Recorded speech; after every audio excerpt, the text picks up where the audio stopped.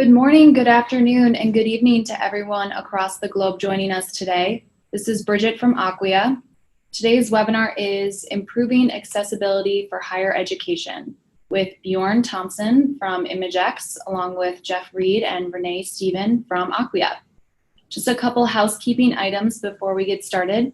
If you have any audio issues, please send them in the Q&A tab and I will assist you. If you have any questions for the presenters, please submit them in the Q&A tab as well, and they will answer them at the end of the presentation. Slides and the recording of this webinar will be posted to acquia.com and also sent to you via email within the next few days. And without further ado, I will pass it over to Bjorn.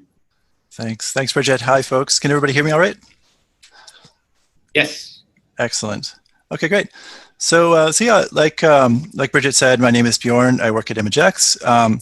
My role within ImageX is digital experience architect. I'm primarily responsible for ensuring the user experience is a smooth and enjoyable one, and making sure the users are advocated for within the project. Increasingly that means strong attention to accessibility.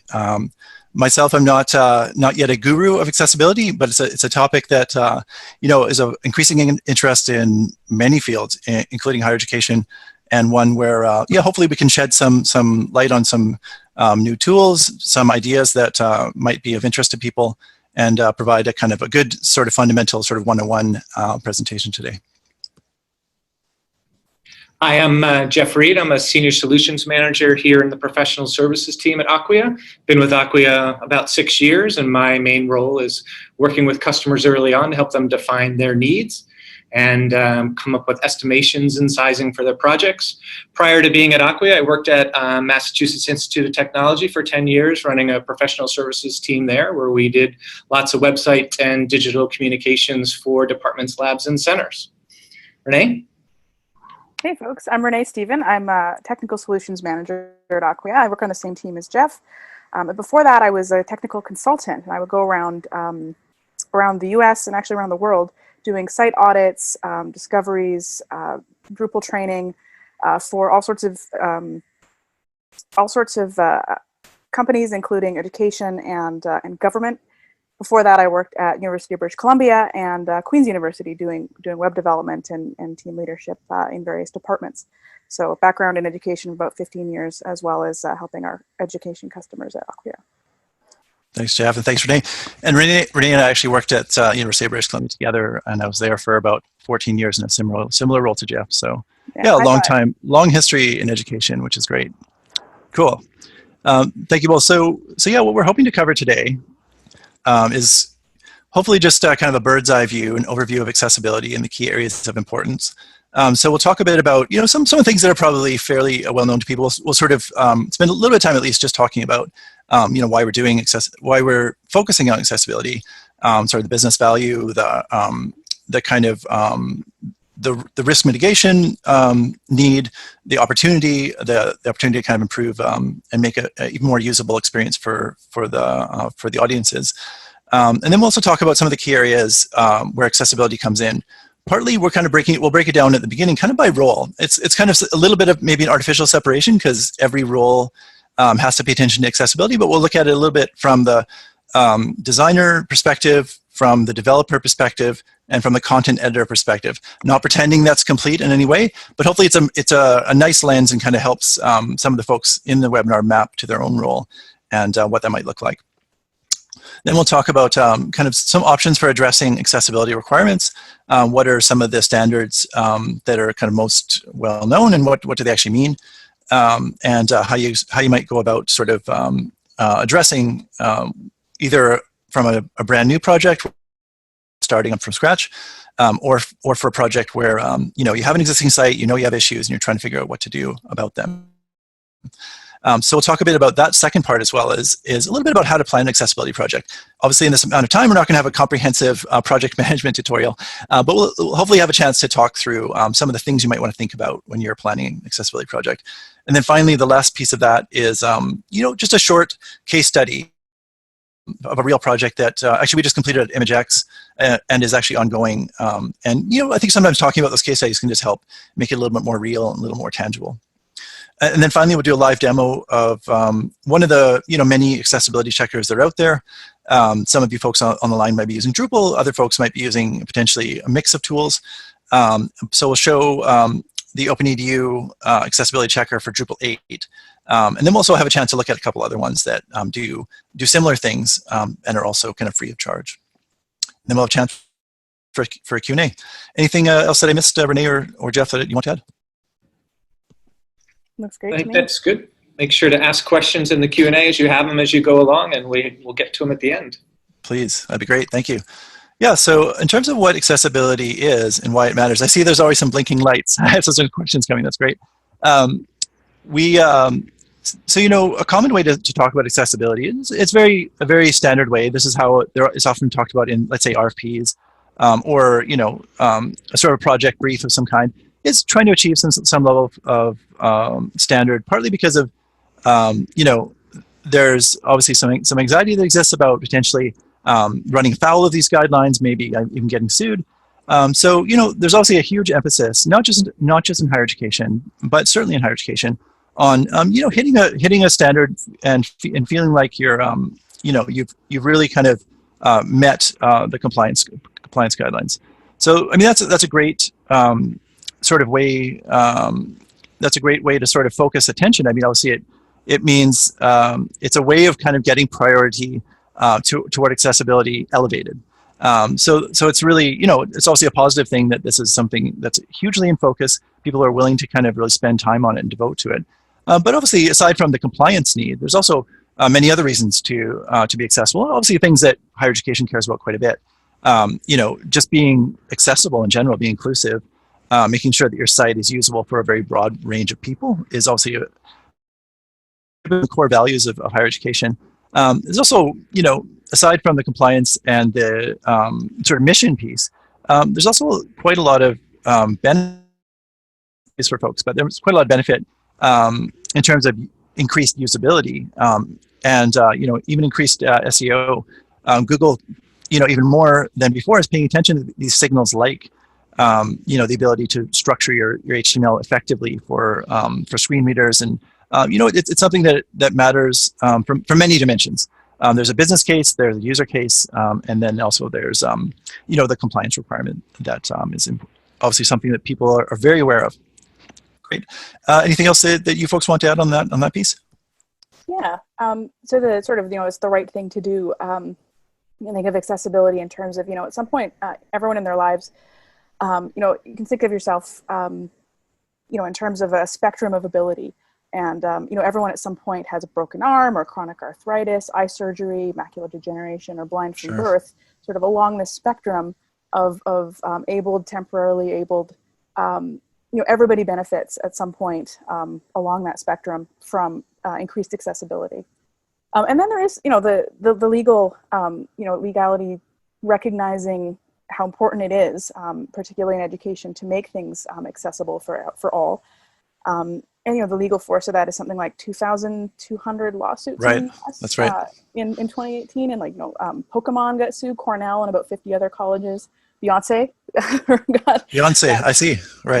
Yes. So there's a very real financial aspect as well. It's just starting to recognize that this is a duty that I would also add in that any site that's accessible to people with visual or audio disabilities is also going to be much better off when search engines and other bots start looking at it. So your ranking is going to improve if you're 100%. able to understood by AI or any other sort of search engine like that. So I think, what I always think about is don't miss out on any potential visitors that you have by not thinking through all the different types of ways to present information to them. Yeah, that's a great way of putting it, Jeff. I guess in some ways, like SEO, accessibility, usability are all becoming like the same thing. And search engines and not just search engines, but in general, anything that's looking for signals about a site and how effective it is meeting user needs. Everything we do with accessibility, everything we'll talk about today, will help with that. Okay, perfect. So as mentioned, kind of our entry point for talking about some of the key areas of importance is to break it out a little bit by role. Again, realizing that, it's not necessarily like a set of straws that you hand out to individual people, but it can be sometimes useful just to think about, I'm a designer. What are some things that I might want to think about? I'm a developer. What are some things where can I start? So we'll kind of talk about some of those things, not looking to present an exhaustive list, but at least kind of like some of the key things that people may want to think about. Then hopefully just a little bit of an entry point of some ways that you can, as a designer or as a leader of design team, whatever that looks like, you can sort of talk about those things and understand what you might want to do to make your sites more accessible. So I guess the first one, and this comes to mind, I think, for a lot of people when it comes to design, is contrast and size. There's piles of fantastic checkers out there, and I'll show you an example of one actually, that will let you test either an existing design that you're kind of looking to shop around, or an existing site that already is out there in the world, and understand, okay, is your site actually perceivable? For sure, for people with low vision, but even just for the general public, is your site like easy to scan? So there's lots of great tools for that, and we'll talk about a couple of those and how to do that. Also, just avoiding using color alone to indicate meaning. So that kind of goes hand in hand. So basically, anytime we're using, let's say, just for example, if there's an error message in a form, and the only way that we can tell that the error is present is by like a red outline around the box or something like that. That's obviously a place where someone has a color blindness or any kind of visual impairment. Really tricky to understand what's happened, if anything, and what they're supposed to pay attention to. So supplementing those error messages with icons, with help messages, some way to help people ensure, hey, there's 3 errors on this form. Here's what they are, and here's how you can correct them. And similarly, we could go on with a lot of examples here, but hover states. Just kind of as design becomes more and more elegant and beautiful, sometimes occasionally we forget that just changing the color on a hover state, let's say on a menu, sometimes just isn't perceivable to people who can't detect color change. So making sure that, let's say, a hover state is at least underlined, or that the background color changes or something just to make sure that we're not just using color. And then finally, supporting keyboard navigation. That's a job for the whole team. But a lot of people navigate using their keyboards, whether they have mobility issues, or if they just sometimes even people prefer to use keyboard navigation. Certainly, if people are blind or have visual impairment, maybe navigating using a screen reader. Placing items in logical order is really important. Particularly. As people actually have to use their keyboard to navigate through an interface, they're hoping to go through the page in a really logical way, because as each item gets focus, it's very important that they don't go to the navigation, then go to the bottom of the page or the middle of the page, and then go back up again. So logical construction of the page is just a really critical element that really helps your site take a sort of leaps and bounds towards being more accessible. And then finally, this is one that's kind of everyone's job as well, probably more for designers and content editors, is this is something that's hard to check with the tool, but just making your content and your interface concise. This helps everybody, as Jeff mentioned, but you see sites where maybe there's a little bit too much copy, a little bit too much navigation, very long pages, and all that stuff just makes it's quite laborious for somebody who's navigating with, let's say, a voice control or with a keyboard, or even just somebody who might be having trouble focusing because of a cognitive impairment. Just if the longer your content gets, the more items in the navigation, the more challenging it gets for people to kind of navigate effectively. So, I'm sure everyone is interested and eager to make their interfaces as streamlined as possible. If you're looking for a way to convince stakeholders that that's a good idea and not to have the 8-slide slider on your homepage, this is just another reason to do that. And I think arguably, making your interface more concise and sort of graspable, it helps every reader who's skimming Totally. or skimming through a page looking for the next thing that they need to do. They don't want to read all the thing. They want to tell me what to do next, where to go next, make it logical. I think Yeah, and on that note, if you really want to understand how fast your site is, you can certainly try it on a mobile device, or you can try it in a screen reader, which will really tell you like how much work people might have to go through if you just have too much sort of stuff to go through. Another thing to think about as a designer is your use of imagery on any one of your pages, because there's some imagery you can use that conveys a lot of information, and then you're going to have to make sure that you're working alongside your content developers and your developers themselves to make sure that whatever metadata you add to that image accurately describes what information you're conveying. And then there are lots of images that are just window dressing for the page, and they require less information, or they always should have some sort of alt tag identifying them, but just be really careful of images that convey a lot of detailed information for any one of your visitors. Make sure it's understandable. Yeah, that's a great point.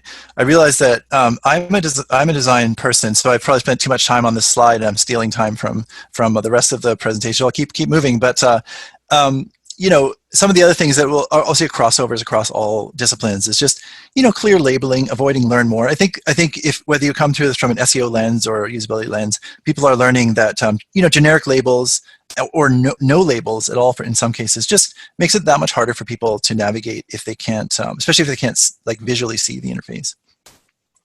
And then finally, of course, clearly indicating focus.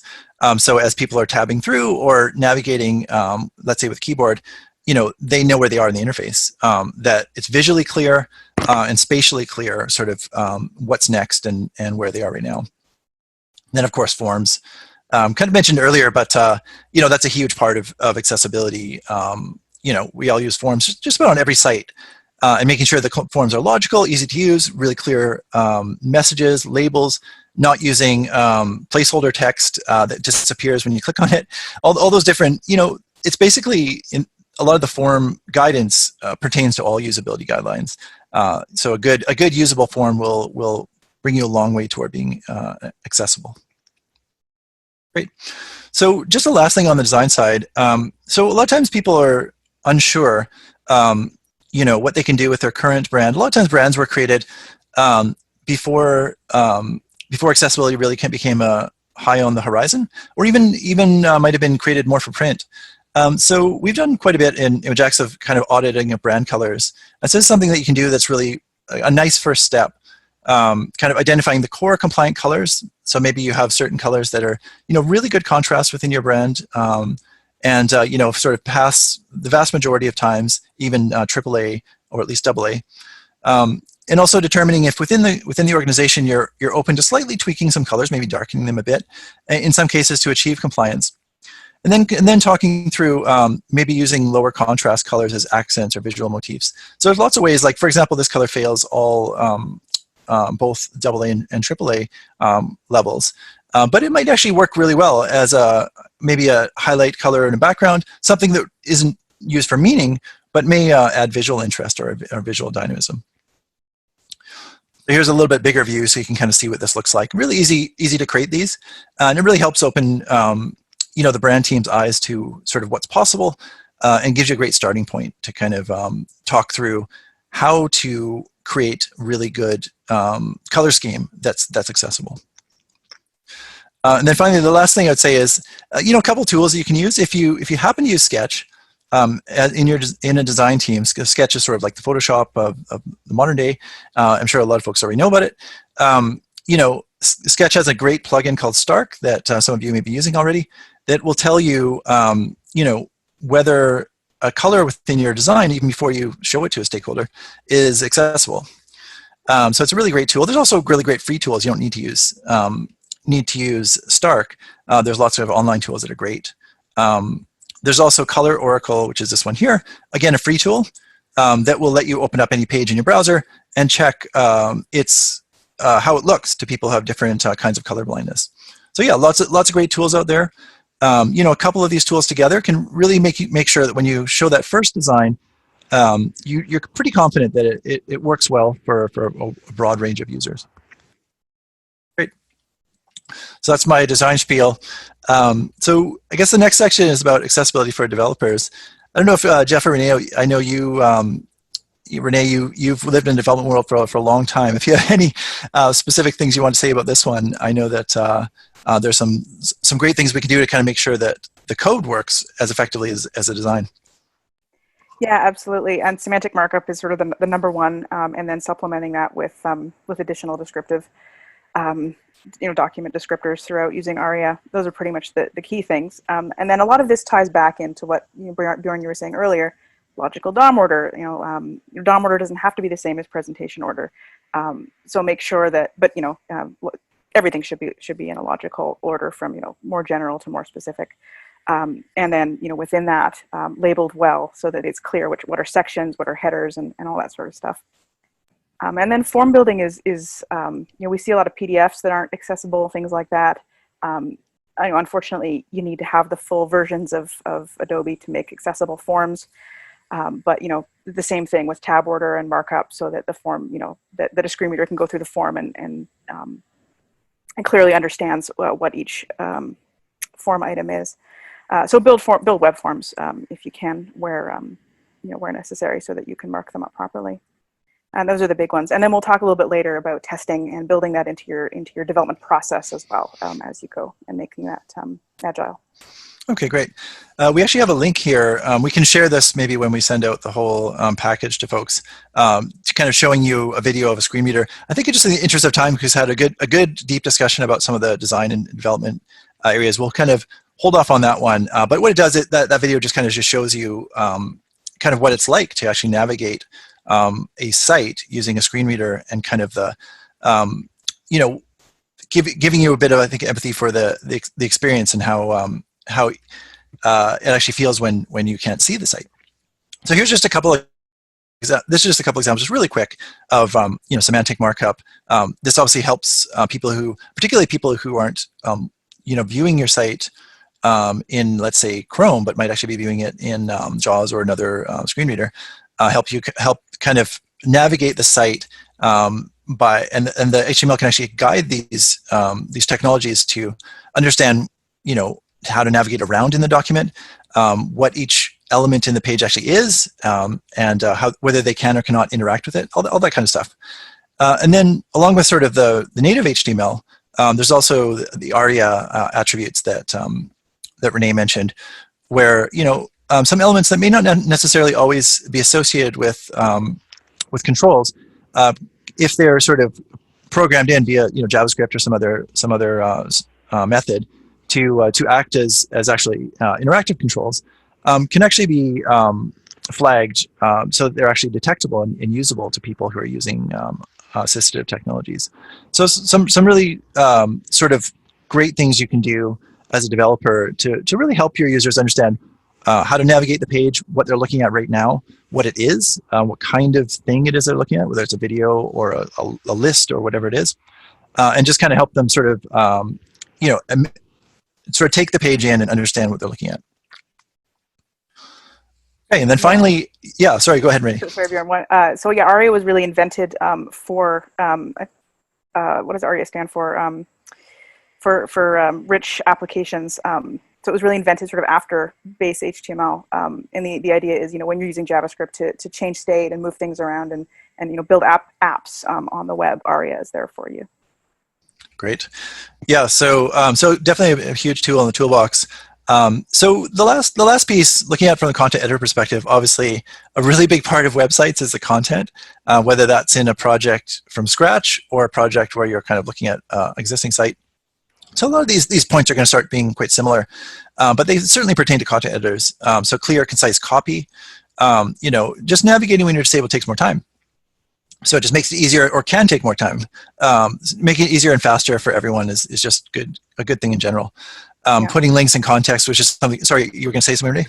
Yeah, just in terms of clear, concise copy, the reading level is a good standard that you can look to, and there's tons of different indexes. There's Fleisch Kincaid, which was invented by the U.S. Navy to measure readability by grade level. That sounds there's right. Also SMOG, which stands for Simple Measures of Gobbledygook, which is my favorite acronym.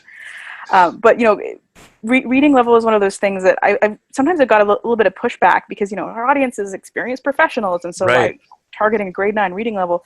But what that means is that you're bringing to bear. I mean, I don't want to read Being and Nothingness when I'm looking at your website.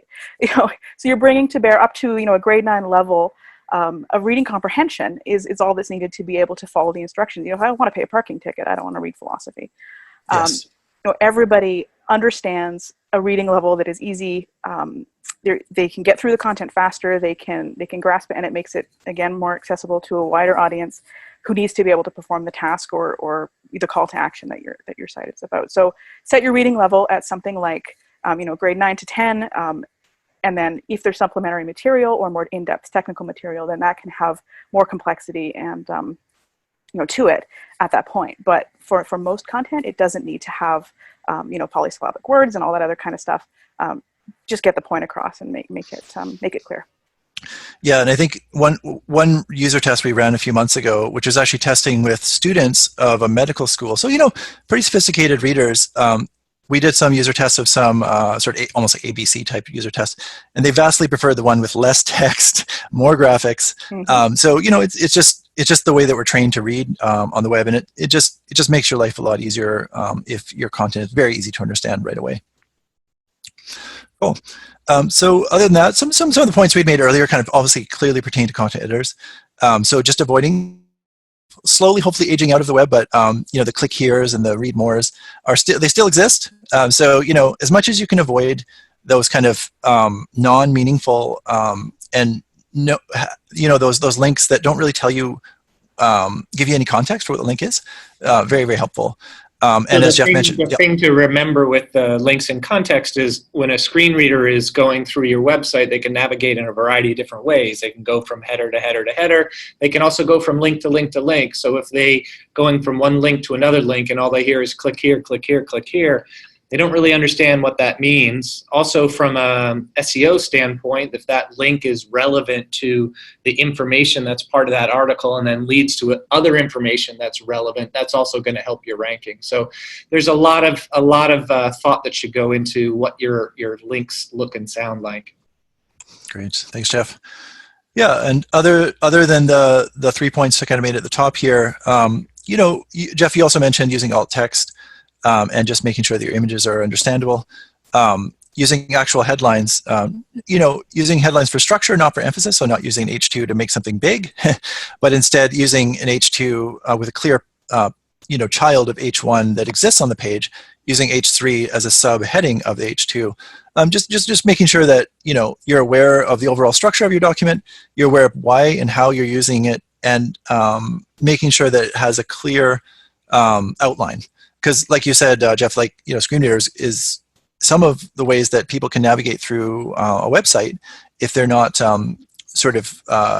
using a traditional sort of browser is actually they can see the structure of it by the headings, and that kind of helps people understand where to go and how to what the overall big picture view of the page is. And I hope everyone's sort of getting the picture here right now. We've talked about the same thing for both designers, developers, and editors. Yes. You all need to work together to provide different aspects of your website to support each other. It's not just the developers area to make sure it's accessible. It's not just the designers. It's the content editors and everybody involved.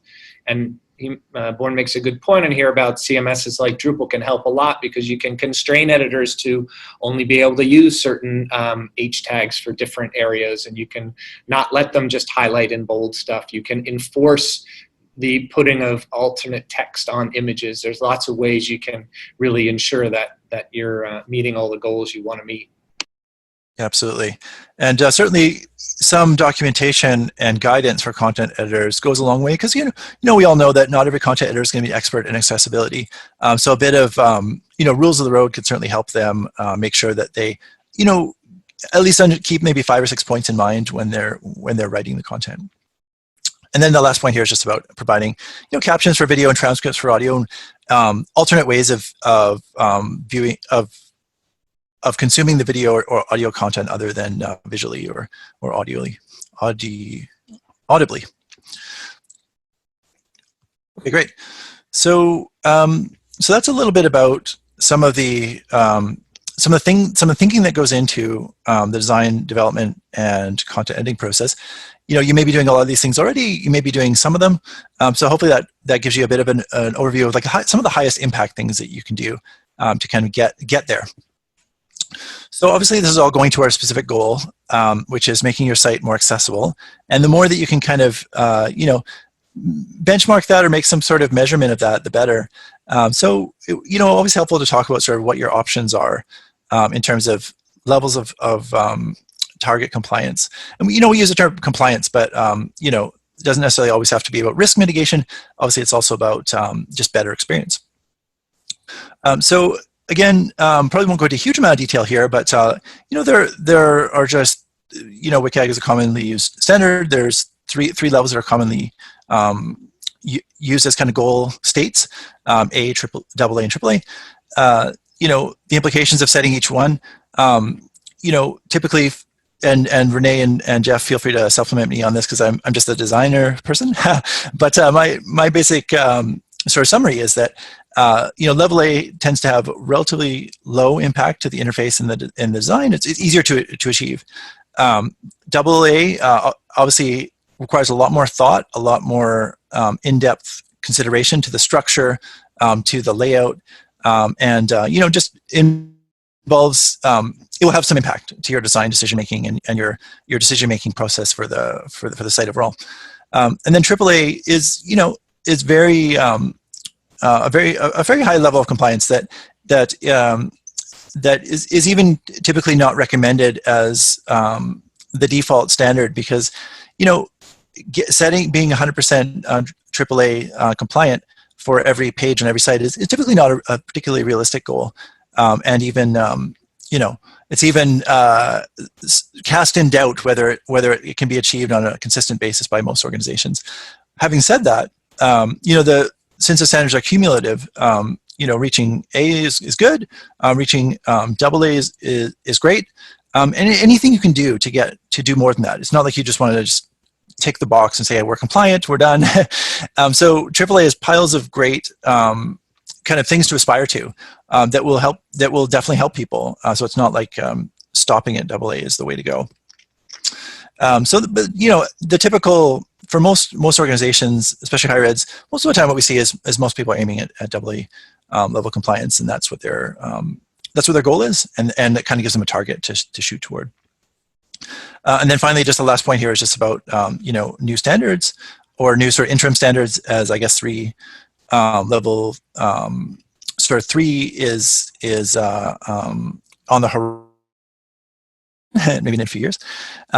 There's an interim standard that's kind of moving from the 2.0 to the 2.1, which has some more advice for people based on newer things that are even available that were not as much in the purview at the time that 2.0 was created. So a little more advice on some accommodation for mobile, some ways of kind of dealing with sort of interaction on the page, that sort of thing. So yeah, it's well worth looking into. There's vast majority of people are looking at AA, and whether you want to achieve 2.0 or 2.1, both are well worth looking into, and both will definitely help people. Okay, great.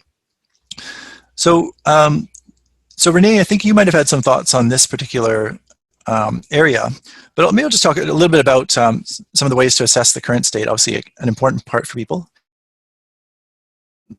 There's lots and lots of great tools out there to automate testing. Wave tool is a great free tool.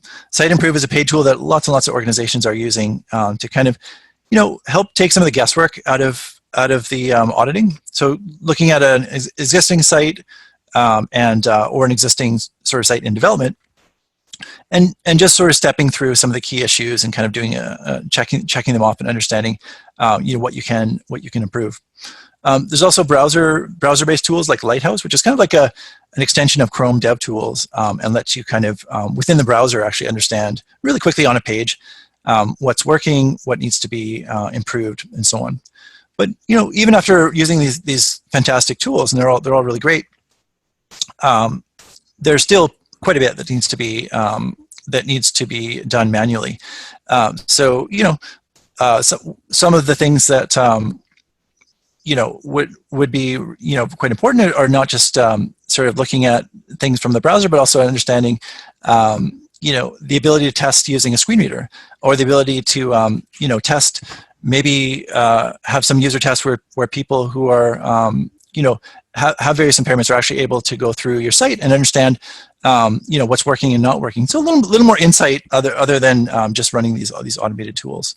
And I know, Renee, you had a couple points on this one. I don't know if you want to add anything to this.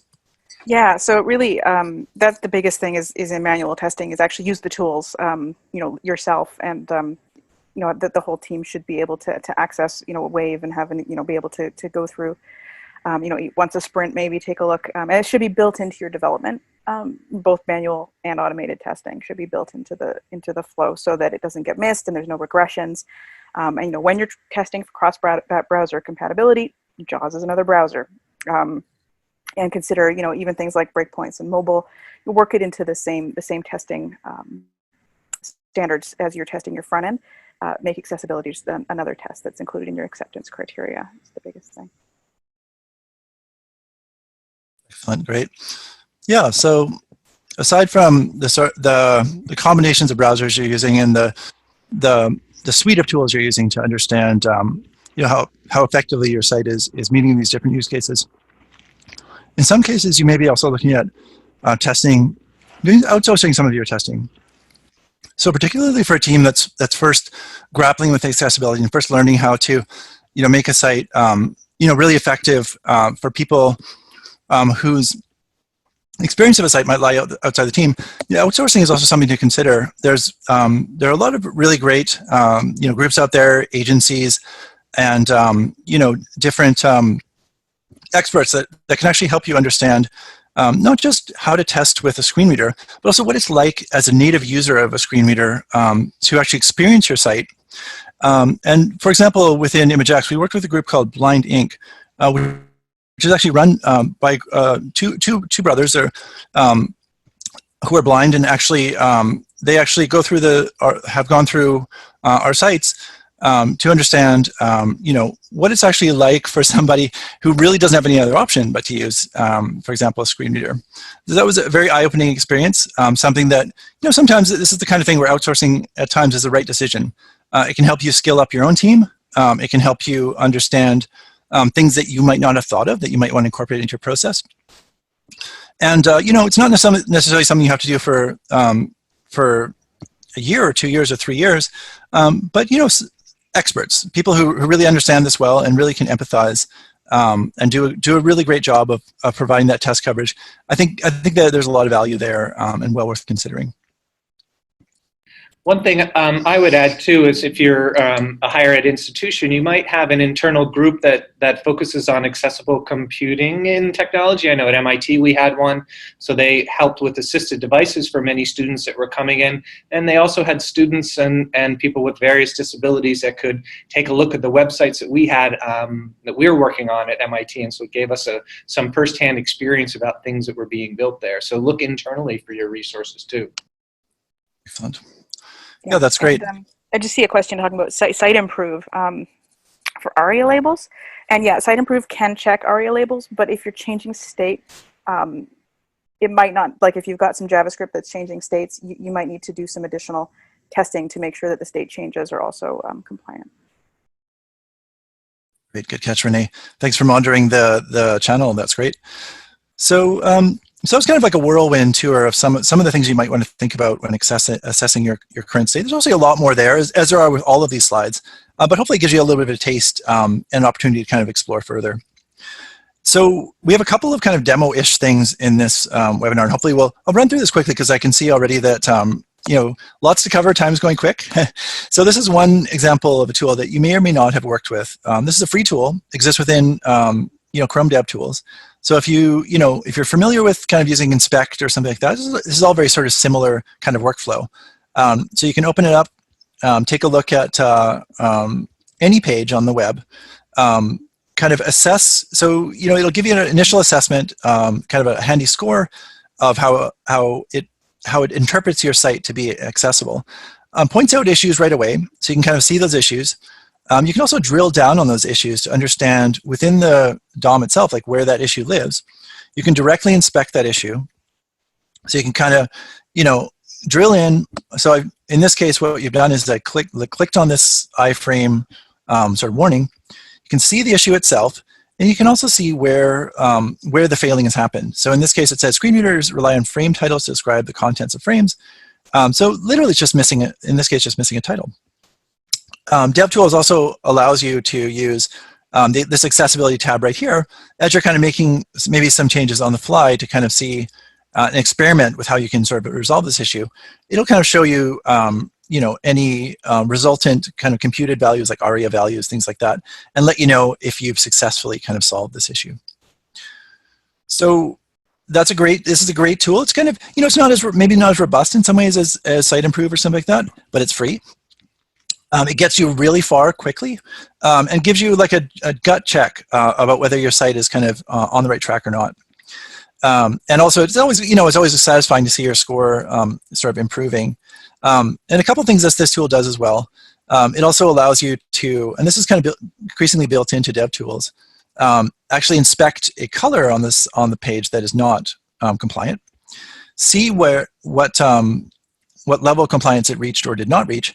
And then it actually allows you to go into a color picker, and you can see these two lines here are actually, these line up with the sort of threshold for when a color would be considered accessible. So if you kind of drag your cursor around here, you can actually reach AA compliance on this line or AAA compliance on this line. It gives you like an immediate indication as a designer, a content, or whatever role you have of whether the changes you're making will work aesthetically, structurally, and so on and so forth, and just let you kind of do a test drive of your accessibility and figure out ways to kind of resolve some of the immediate issues. And then finally, as mentioned earlier, manual checking is just a really critical part of all this process. You can go through any tool that exists out there for automated testing, whether it's SiteImprove, which is a fantastic tool, but even on the SiteImprove site, you'll notice they acknowledge that not everything can be done in an automated way. So they also, within this tool, recommend several other additional items to manually check. So this is just a great way to kind of get started and kind of get going with accessibility, especially for groups who, may be balking slightly sometimes at paid tools. It's a really nice way to get started. Cool. So I think the second to last section here is just a couple of quick tips on how to plan an accessibility project. And Jeff and Renee, feel free to jump in on this one as well. I know you've worked on many projects. So a couple of different types of accessibility projects and the overall structure of an accessibility project. So I know we want to get to questions here, so I'll keep this relatively brief. But I'll say there's lots of different types of projects, but two common ones are projects from scratch and repair and audit projects. So, we've covered a lot of ground already in terms of setting the design team up for success. Certainly making, if you have a UX team, a visual design team, helping them understand some of these considerations. And also, if you can go beyond just sort of color contrast, because a lot of designers are familiar by now with those concepts, but also helping them understand, how people navigate with a keyboard is really, really helpful. Helping them understand, what it's like to view the site when you can't depend on color. All those kinds of things I think are really, really helpful. And also like knowing that you're not going to the moon here. A lot of the principles that you learn in UX apply here as well. So you're not throwing anything away, you're adding stuff to the process. And Renee, you talked a bit about structuring the development process for accessibility. I'm not sure if you want to add anything more to that and just sort of accessibility testing in general. But we talked briefly about that one. Yeah, for sure. Really, that's the key, is to build accessibility testing into, when you're doing automated testing, you can build it into your front end tests, and get your score for each in your CI process for each run, and make that part of your acceptance criteria. And the training is super important as well. Like when you get to content entry, make that part of when you train your content entry team. Make that one of the things you train them to do, not just putting content into the CMS and here's how you use the fields, but here's how you here's why things are set up the way they are, and here's what you can do to make this better. Yeah, and I also like Jeff's idea, and we've also implemented this as well, of setting some smart defaults. So just to help people, because not everybody's going to receive the same level of attention or training just making sure that there's some good guardrails for people as well. Yeah. Yeah. And I mean, out of the box, Drupal, Drupal's, I think, classy and all the various sub themes are accessible, but it's anything that you build custom, Yes. a lot of modules, and some contrib modules don't have output that meets accessibility requirements. So you're starting from a decent baseline, but then you need to make sure that anything you add to the project at that has gone through that guardrail. Yeah, absolutely. And some of the external reviewing of the project that was mentioned earlier, whether it's paid outsourcing or internal teams who can review with maybe some expertise or kind of view it through the accessibility lens. It's not just for repair and audit projects. Also, projects from scratch can help you look at design and understand, hey, are we going in the right direction? Is there maybe a couple changes we might want to make that are actually going to be really high impact that we can make right now before it goes into code? Yeah, and particularly the more interactive your project gets, Totally. the more important that is. Perfect. So then the other project, there's probably in some ways, I wouldn't say more common, but very common project is a repair audit project, where a common scenario is an audit is done. There's a list of issues that emerge from that, identifying the primary issues, identifying priority, identifying different skills and resources needed, and sort of planning that project. So we're kind of at 15 minutes left for the demo. We won't have a chance to kind of do a deep dive into sort of how to plan an accessibility project. But it might be beneficial to kind of talk about one case study and kind of how we approached it. It's at least one data point just to help understand what that could look like. So I'll talk about what we did on a recent project where all these things happened: identifying the goals in the current state, identifying the skills required, the budget and the timing, and where we might want or need to outsource. Whether that's in our case as an agency, as ImageX, we typically look for partners. In the case of a higher education institution, it might be internal resources that have that expertise.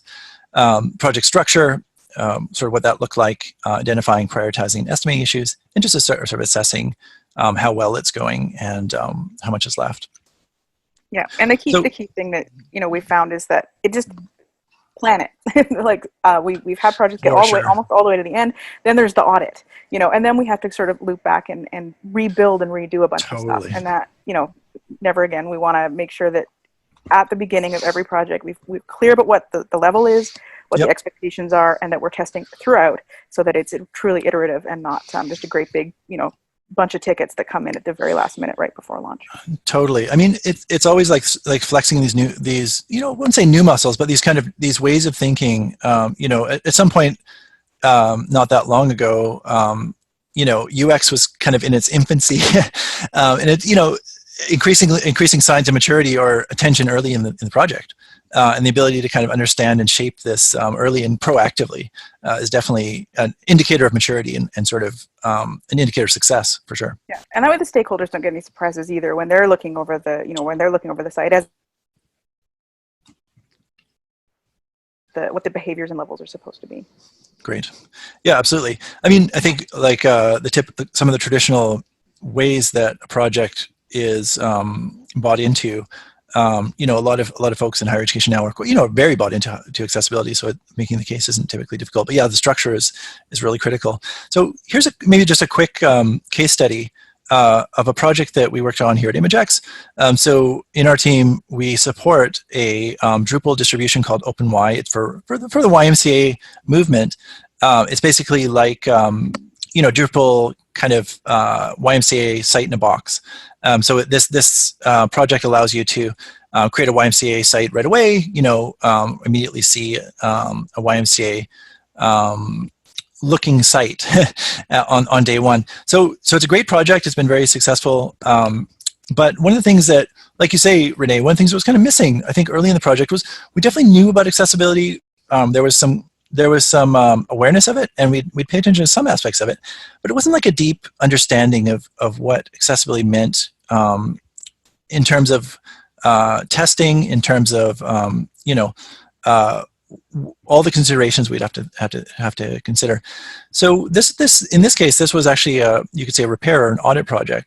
So within this distribution, obviously, for the OpenY team, YMCA's accessibility is a very, very important part of their mission. They were very passionate about it, very committed to kind of getting their distribution into a great state with the interface, with the content, with everything that people could use as their package. So it's great organizational alignment there. In terms of planning the project, I mean, the goal was to reach AA level compliance. And when we first opened it, it was kind of eye-opening how far away we were from it. Quite a lot of things were, were not compliant. I think there's general in the team not a huge amount of awareness of what it's like to experience the site on something other than a mouse and something other than a sort of a browsers that the developers use. We did conduct our own initial audit, automated an audit, I believe, using SiteImprove. But then we also supplemented that with a group called Blind Inc., which I mentioned earlier. And they're really experts in helping organizations to go beyond the automation of testing and actually walk through an interface using screen reader, using keyboard only, using various techniques to understand what it's like for everybody to access the site. So they came up with a really detailed list of bugs, which I'll show you here, that kind of walk through each defect. I think especially for a new team that doesn't have a long history in working on accessibility resolution projects, having the steps to reproduce was absolutely golden, of course. Understanding kind of how we would know if it was fixed. And then also the expected result was very, very helpful. So, this was really helpful for our team in terms of scaling up and making sure that our team is aware of these issues, that we actually, we actually have to pay attention to, oops, went the wrong way there. For example, sort of how search controls work. But also helped us kind of get to a point where now we have the vocabulary and we can start talking about these things internally in a way that's, sensible and fairly educated. So that was extremely beneficial to kind of work with this external group. So they helped us kind of track and report the bugs, both from the automation tool and from their own manual work. In our team, then we estimated the work that was involved. So that followed a fairly traditional path, but they helped us a lot to understand the implications of testing and how the steps to reproduce. And then we used some of the traditional project management tools to flag and resolve issues. We used Jira, and both ourselves and Blind Inc. were in Jira flagging issues and reporting issues and resolving them. So yeah, in terms of team personnel, there was a project manager who wasn't particularly knowledgeable about accessibility at that point, but became very knowledgeable. There was a front end and back end developer, and then this external group that really kind of provided a deeper level of knowledge to us that kind of really brought the project to a much stronger level of accessibility. In terms of project outcomes, very successful. We've managed to, out of the 3 themes that exist within this OpenY, we've managed to now bring 2 of them to, I think, what the team mutually agrees is a good level of compliance, and we're working on the 3rd. This allows the YMCA users to really feel confident that they're starting from the right place, that their themes are compliant, right away, and not just compliant, but just good, usable.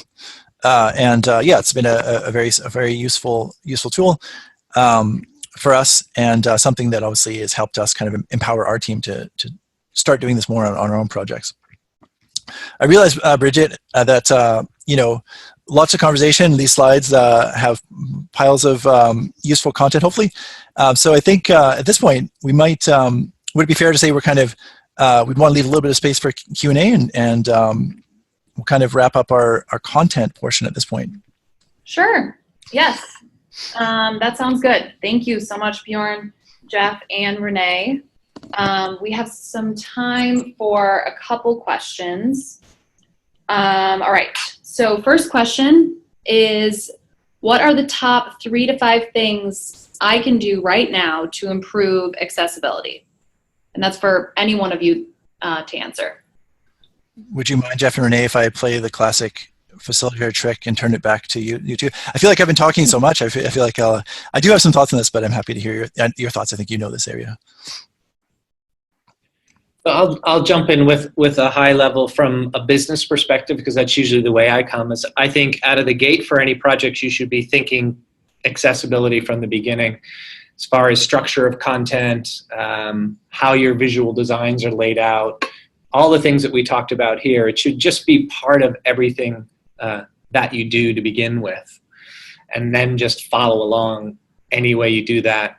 Ensure that your teams are informed and enabled to work and meet accessibility requirements. There are a lot of resources out there. Renee? Yeah, absolutely.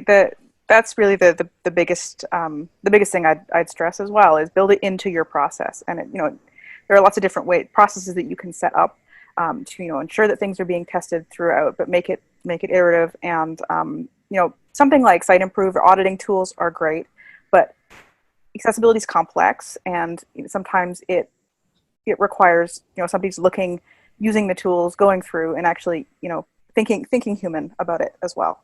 So making all your markup semantic analysis is great for the robots, but interactivity has some level of subjectivity to it as well. So make sure that people are actually thinking and modeling accessibility through how they're conceptualizing the project, the design, the content, and everything going through, and just make it part of the practice. That you talk about it, in your sprint meetings, talk about it in your demos. Just make it part of the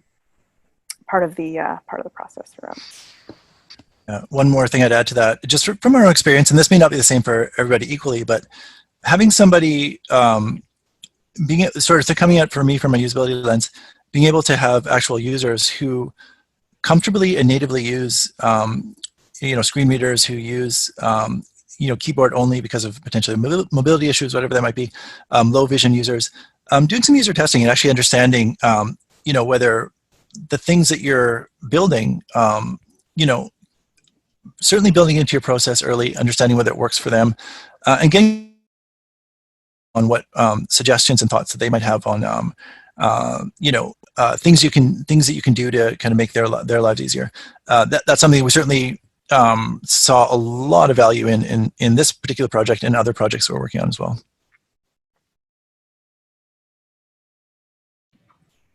Okay, great. Thank you so much. So I know that we are running out of time, and I want to wrap things up, but we will send a link to the demo of the OpenEDU tool. Since I know we didn't get to that, we can send a link out with the recording and the slides of this webinar, since we ran out of time. So thank you all again for attending our webinar today. As I said previously, the slides and the recording of this webinar will be posted to acquia.com and sent to you via email within the next few days. If you have additional questions, please submit them to marketing@theacquiateam.com. And thank you all again for joining today, and have a great day. Thanks everyone.